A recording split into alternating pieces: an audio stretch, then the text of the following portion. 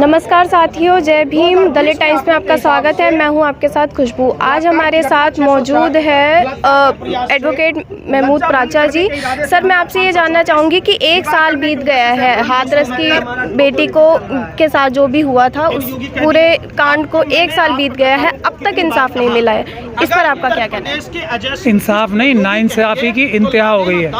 उस परिवार को बंदी बना के रखा हुआ है उसके घर में। क्या वो परिवार अपने घर से बाहर जा पा रहा है? क्या ये प्रोटेस्ट, यहाँ इस प्रोटेस्ट में शामिल होने के लिए वो परिवार नहीं आना चाहेगा? क्या निर्भया की माँ जिस प्रकार से पूरे देश में घूम घूम के अपनी बेटी के लिए न्याय की गुहार लगा रही थी और दूसरी बेटियों के लिए भी न्याय की गुहार लगा रही थी, क्या हाथरस की बेटी की माँ ये सब नहीं करना चाहेगी? उसको ज़बरदस्ती बंदी बना के रखा हुआ है। उसके घर के बाहर पूरी दुनिया ने देखा है, अब वीडियो जो आ रहे हैं, कूड़ा फेंका जा रहा है। इस सब में धारा 4 के दोषी योगी आदित्यनाथ जो मुख्यमंत्री जी हैं उत्तर प्रदेश के, वो भी इसमें अपराधी हैं धारा 4 के। हम ये बात कानूनी सोच और समझ रखने के बाद कह रहे हैं कि इस केस में योगी आदित्यनाथ मुख्यमंत्री जी के ऊपर भी मुकदमा बनता है धारा 4 के तहत, क्योंकि जो रूल्स 16 और 17 में SC/ST एक्ट के जो रूल्स हैं, उसमें एक जो है निगरानी की कमेटी बनी हुई है जिसके अध्यक्ष स्वयं मुख्यमंत्री होते हैं। उत्तर प्रदेश में मेरी जानकारी के हिसाब से निगरानी कमेटी आज तक नहीं बनी है। ये अपने आप में ही एक धारा 4 का अपराध है।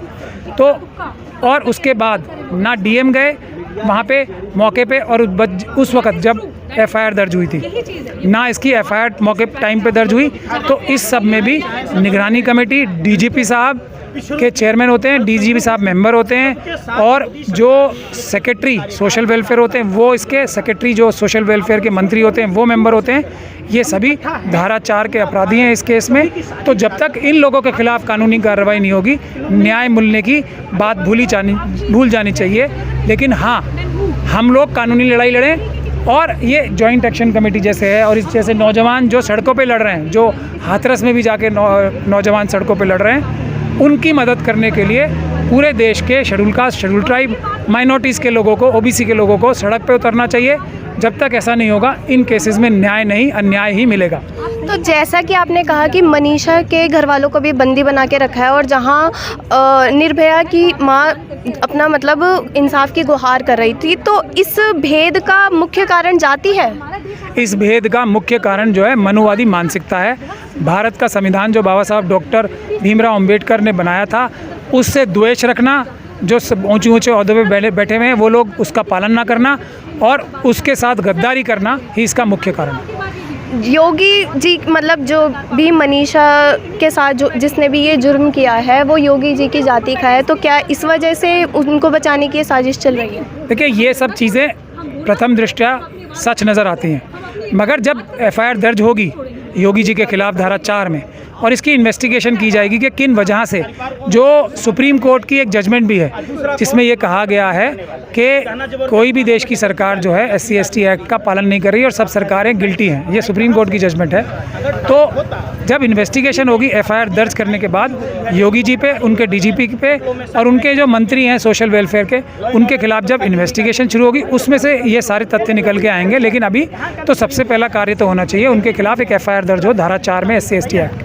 ये जो भी सिलसिला है बलात्कार का अभी भी थम नहीं रहा है, और यही सिलसिला दिल्ली कैंट में भी फिर दोहराया जाता है, और संगम विहार में 2 बार ये दोहराया जाता है। तो इस पर आप क्या कहेंगे? देखिए, हर परिवार डरा हुआ है। हर परिवार के ऊपर झूठे लांछन लगाना एक प्रचलन बन गया है इन केसेस को दबाने का। हर परिवार, कोई परिवार उठा के देख लीजिए आप, चाहे दिल्ली कैंट की लड़की का देख लीजिए, वो तो बेचारी 9 साल की थी, उसके ऊपर भी इल्ज़ाम लगाने से, उसके परिवार वालों के ऊपर इल्ज़ाम लगाने से ये निर्दयी मनुवादी मानसिकता के लोग नहीं चूकते हैं। मनुवादी मानसिकता के जो अफसर हैं वो, और सरकारें और पॉलिटिकल पार्टीज़ नहीं चूकती हैं। इसीलिए देश के अंदर जो नौजवान हैं SC/ST, OBC और माइनॉरिटीज़ के, उन्हीं को सामने आना पड़ेगा, नहीं तो न्याय नहीं मिलेगा। दिल्ली के मुख्यमंत्री का कहना है कि उन्होंने जगह जगह CCTV कैमरे लगवाए हैं बहनों की सुरक्षा के लिए, तो क्या बहनें सुरक्षित हैं? नहीं, दिल्ली सरकार तो सबसे ज़्यादा, दिल्ली में जो महिलाओं के साथ अत्याचार हो रहे हैं वो मेरे ख्याल से पूरी दुनिया में दिल्ली नंबर 1 है। तो CCTV कैमरा लगाना अलग बात है सीसीटीवी कैमरा लगाने का एक वजह ये भी हो सकती है, जो लोग इल्ज़ाम लग रहे हैं कि इसमें बहुत सारे पैसे बनाए गए हैं, करप्शन की गई है, लेकिन क्या सुरक्षा बढ़ी? नहीं, क्योंकि सबको पता है कि रिश्वत दे के कोई भी सीसीटीवी कैमरा मैनिपुलेट कर लिया जाएगा, ख़रीद लिया जाएगा और कोई भी सबूत नहीं आने दिया जाएगा सामने यदि अत्याचार होगा SC, ST, OBC और माइनॉरिटीज़ के साथ होगा तो। योगी जी का कहना है कि उत्तर प्रदेश में महिलाएं सबसे ज़्यादा सुरक्षित हैं। मैं इसमें यही कह सकता हूँ कि ये योगी जी का सरासर झूठ है, जिसको झूठ के तौर पे ही लेना चाहिए। और हर एक मनुवादी मानसिकता का व्यक्ति का सबसे बड़ा हथियार झूठ ही होता है और तो कुछ होता नहीं है। इससे बड़ा झूठ दुनिया में कोई नहीं हो सकता। रोज़ अखबारों में आप देख रहे हैं कि कोई भी महिला उत्तर प्रदेश में, दिल्ली में तो कम से कम हम जिम्मेदारी के साथ कह सकते हैं इन 2 जगहों पे तो बिल्कुल सुरक्षित कोई भी महिला नहीं है। देश में जिस प्रकार ये बलात्कार की घटनाएं निरंतर चल रही है, इसकी वजह से जो देश की जो महिलाएं हैं, बच्चे हैं, उनकी क्या स्थिति है? बहुत ही बुरी स्थिति है। हम सब लोगों को डूब मरना चाहिए शर्म के मारे, ख़ास तौर पे अम्बेडकरवादियों को जो सड़क पे नहीं आते इसके बावजूद भी। मनुवादियों के लिए तो देखिए, उनके लिए तो ये वो तो उसमें एक कहना यही है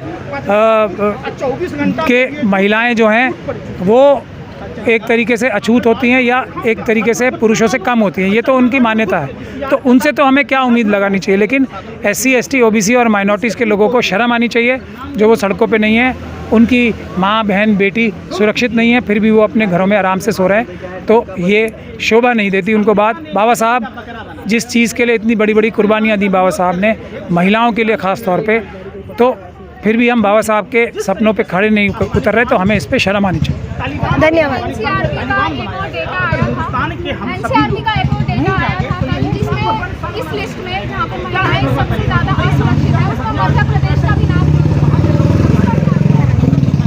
देखिए, मध्य प्रदेश भी है, देश के दूसरे प्रदेश भी हैं, लेकिन दिल्ली, UP तो इस वक्त पूरे देश के सारे रिकॉर्ड तोड़ रहे हैं। ये है दुख की बात। हरियाणा भी देखिए बहुत ज़्यादा महिलाओं के लिए असुरक्षित प्रदेश है। हरियाणा स्वयं है।